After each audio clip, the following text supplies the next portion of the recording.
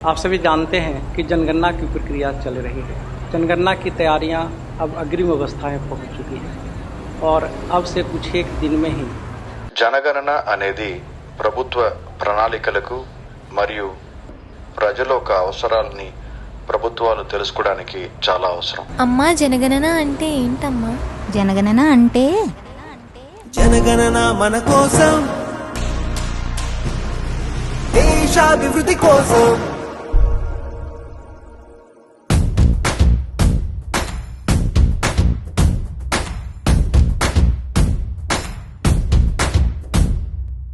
అడుగేద్దాం జనాభా గణన జరిగేలా, మన దేశం జనాభా ఎంతో తెలిసేలా, మన రాష్ట్రం మరో మెట్టు ఇంకా ఎదిగేలా వివరిద్దాం నివాసాల చిట్టా. ఈ వేళ నువ్వు చెప్పే లెక్కలతోనే రేపటి మన భవితే ఉందే, అభివృద్ధికి అడుగు పడేది ఇక్కడి నుండే. ఈనాటి ఊరిని చూసే ప్రణాళిక మొదలవుతుందే, పథకాలు పదునెక్కేది అది నీ నుండే.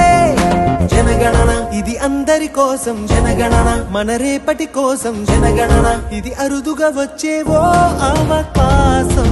జనగణన అన్నీ తెలిపేద్దాం, జనగణన సహకారం ఇద్దాం, జనగణన మన దేశం కోసం కదిలోద్దాం. అడుగేద్దాం జనాభా గణన జరిగేలా, మన దేశం జనాభా ఎంతో తెలిసేలా, మన రాష్ట్రం మరో మెట్టు ఇంకా ఎదిగేలా వివరిద్దాం నివాసాల చిట్టా. ఈ వేళ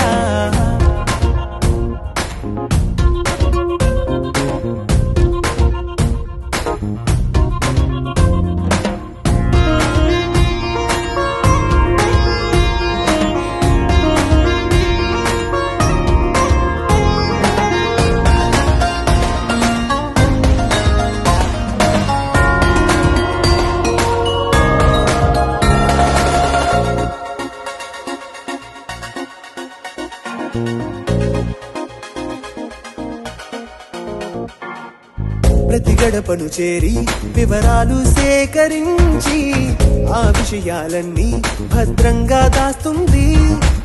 మహిళా సంక్షేమం, ఇక దివ్యాంగుల సంతోషం, విద్యా ఉద్యోగం అన్నీ లెక్కిస్తుంది. మన ఆంధ్ర రాష్ట్రం చేరాలి శిఖరం, చేరాలంటే ఈ లెక్కే ఆధారం.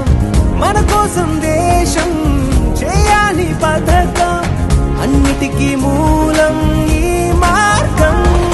జనగణన మనమేగా సైన్యం, జనగణన మనమంతా సిద్ధం, జనగణన మన దేశం కోసం ముందడుగేద్దాం.